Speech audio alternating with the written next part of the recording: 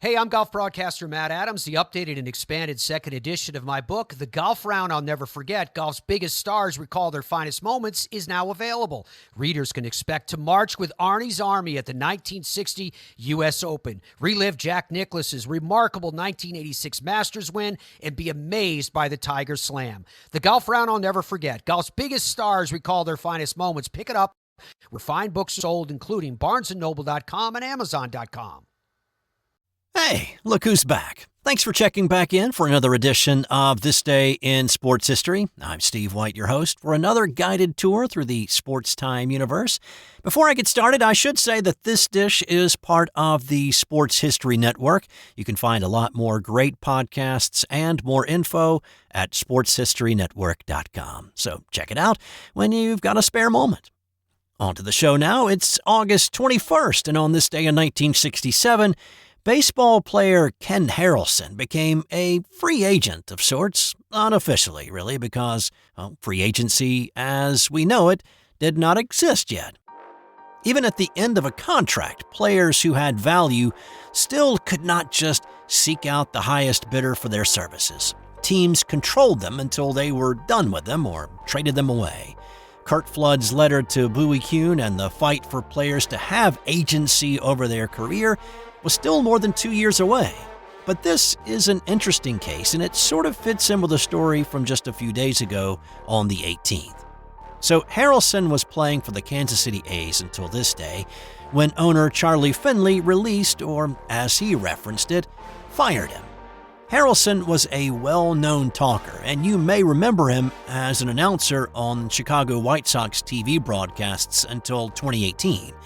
Well, he had done a little too much talking about Finley in the days leading up to his firing on this day in '67 as a player, apparently calling Finley a menace to baseball. After his firing, the Hawk was a little concerned about what he would do next. A public argument with an owner could have led to him being blacklisted by all the owners. But it wasn't too long before his phone began to ring. He found out that he was on the so-called irrevocable waiver list and would be able to sign with any team in a matter of 4 days. The Chicago White Sox were the first on the line, and they asked him what it would take to sign with them. Harrelson said $100,000. We'll get back to you later, they said. But this was pretty cool. In an era before players were really able to control much about their contracts, he found himself in a position to choose where he wanted to go play. Detroit called. The Red Sox rang him up, and they offered him $88,000. The Braves upped the ante to $112,000. Baltimore and Detroit came in a little higher than that. The Red Sox came back, and they had a pressing need. So, back on the 18th, right fielder Tony Conigliaro had been nearly killed by a beanball. He was definitely out for the rest of the season, and the Red Sox needed to fill that void. What did Harrelson want? He said $150,000. General manager Dick O'Connell said yes, and he was on his way to Boston. He became part of the impossible dream team that went to the World Series but lost in 7 games. Harrelson wasn't quite the fill-in for Conigliaro that the Sox were hoping for. As mentioned in the dish from the 18th, 4 men replaced Conigliaro in the lineup, with Harrelson being one of those. Collectively, they hit .197 with just 4 home runs and 17 RBI in the closing 2 months of the season, and they were ineffective in the World Series against the Cardinals. But due to a strange circumstance, Ken the Hawk Harrelson became the first unofficial free agent in Major League Baseball. On this day in 1901, it was a disgusting act from Joe McGinnity that nearly ended his career.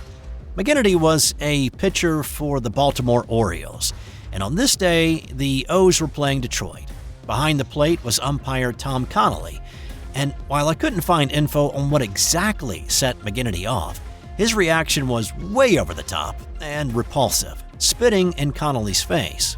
Detroit shortstop Kid Elberfeld stepped in between the pair, but Baltimore outfielder Mike Donlin decked the kid. Others became involved, and then fans started pouring out of the seats and started throwing punches at players and the umpire. Baltimore police descended on the chaos and arrested several players, including McGinnity, along with one of the fans. McGinnity was permanently suspended from the game by American League President Van Johnson. That suspension was reduced down to just 12 days after McGinnity apologized. The game went down in the books as a forfeit, with Detroit given the win. On this day in 1990, it was a most incredible comeback in Major League Baseball. The Philadelphia Phillies were in the middle of a West Coast swing and were in Los Angeles playing the Dodgers on this night. The Phillies had been stung the night before by a Mike Sharperson walk-off home run in the ninth, and things were not going so great for them in this one. After LA put up 8 in the 5th inning, they were cruising with an 11-1 lead. The Phils were able to scratch back 2 runs in the 8th, but they came to the plate in the top of the 9th, still trailing 11-3. At this point, Philadelphia's chance of winning the game was around 1/100th of a percentage point. So, not 1%, no, shift the decimal 2 positions to the left. 0.01% chance of winning. But you know that I would not be doing this story if that's not exactly what happened. They were aided by 2 Jose Offerman errors that allowed the Phils to score a couple of runs to narrow the margin to 11-6. Dale Murphy, playing in Philadelphia at this point in his career, had been hitless on the night until he lined a Tim Cruz pitch down the left field line to score 2 more. John Kruk was sent up as a pinch hitter with 2 men on, and you know what happened? Kruk cranked one to right center into the cheap seats for a 3-run shot to tie it up at 11. And the comeback was complete when Carmelo Martinez hit a gapper to the wall in left center, scoring Rod Booker for the go-ahead run. The Phillies scored 9 runs at the top of the 9th to take a 12-11 lead, holding on to win by that score and becoming just the 4th team in Major League Baseball history to take an eraser to an 8-run deficit and win. It had been 90 years since any other team had successfully scored 9 in the 9th to turn a sure loss into an improbable win. On this day in 1914, 21-year-old Walter Hagen broke through to win his first major golf tournament. The tour was at Midlothian Golf Club in Chicago. Hagen fired a morning round 75 and followed that up with an afternoon round 73 to win by a shot. Hagen was one of the snappier dressers on tour and went on to win 11 major tournaments in his career. And on this day in 1974, the movie The Longest Yard, starring Burt Reynolds, debuted in theaters. This was the original, and it featured cameo appearances by former football players Ray Nietscke and Joe Kapp. And time now for today's non-sports fun fact. There once was an analog forerunner to the World Wide Web. In 1910, Belgian Paul Otley developed a project he called the Mundanium to compile the entirety of human knowledge on 3x5 index cards. After assembling a collection, people could submit queries by mail, and for a fee, Otley's staff would provide an answer. By 1934, Otley proposed a system to mechanically cache the data and make it accessible via what he called electric telescopes. But with World War II looming and the cost of his project, it was never undertaken. When the Nazis invaded Belgium, thousands of boxes of data were destroyed. The remnants of the Mundanium are on display at a museum in Belgium. That's all for today. If it's not too mundanium for you to do and you have a moment, how about leaving a 5-star review on Apple Podcasts? Or if you've checked out Good Pods, you can rate this particular episode and leave a comment. Whichever way you go or don't go, no worries. I'll be back tomorrow with more This Day in Sports History.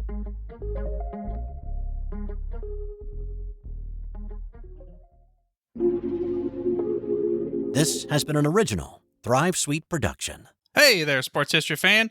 This is Arnie Chapman, a.k.a. the Football History Dude, and I hope that you enjoyed this recent episode presented by the Sports History Network and were able to learn some good old-fashioned sports history knowledge nuggets. I started the Sports History Network back in 2020 with the mission to help podcasters find a community of like-minded sports history nerds, as well as helping aspiring podcasters to start their own shows. We have a little bit over 30 shows on the network right now covering all sorts of sports history. But as far as I'm concerned, we're just at the toothpick in the ocean moment, that can't even figure it out because there's so much more coming. We wanted to create the ultimate headquarters for sports yesteryear, starting with Podcast Network and our website, but we're going to continue to move into other mediums as well. And here's the cool part, because we want you to be part of our team. So if you're interested in starting your own podcast, or maybe being a guest on one of our shows, or who knows, maybe even writing an article for us over on the website. Seriously, all you gotta do is reach out to us on the contact page over at sportshistorynetwork.com. You can be as technologically savvy as a Neanderthal tapping on a stone trying to figure out this whole hieroglyphics thing back in the day. Again, it doesn't matter, because even if you don't understand the whole podcast space, we have a production team that can pretty much help you out with doing everything. All you gotta do, head over to sportshistorynetwork.com, head to the contact page, fill it out. That message goes right to me, and I'll reach out to you as soon as I can. But for now, dude, I'm through if you're through.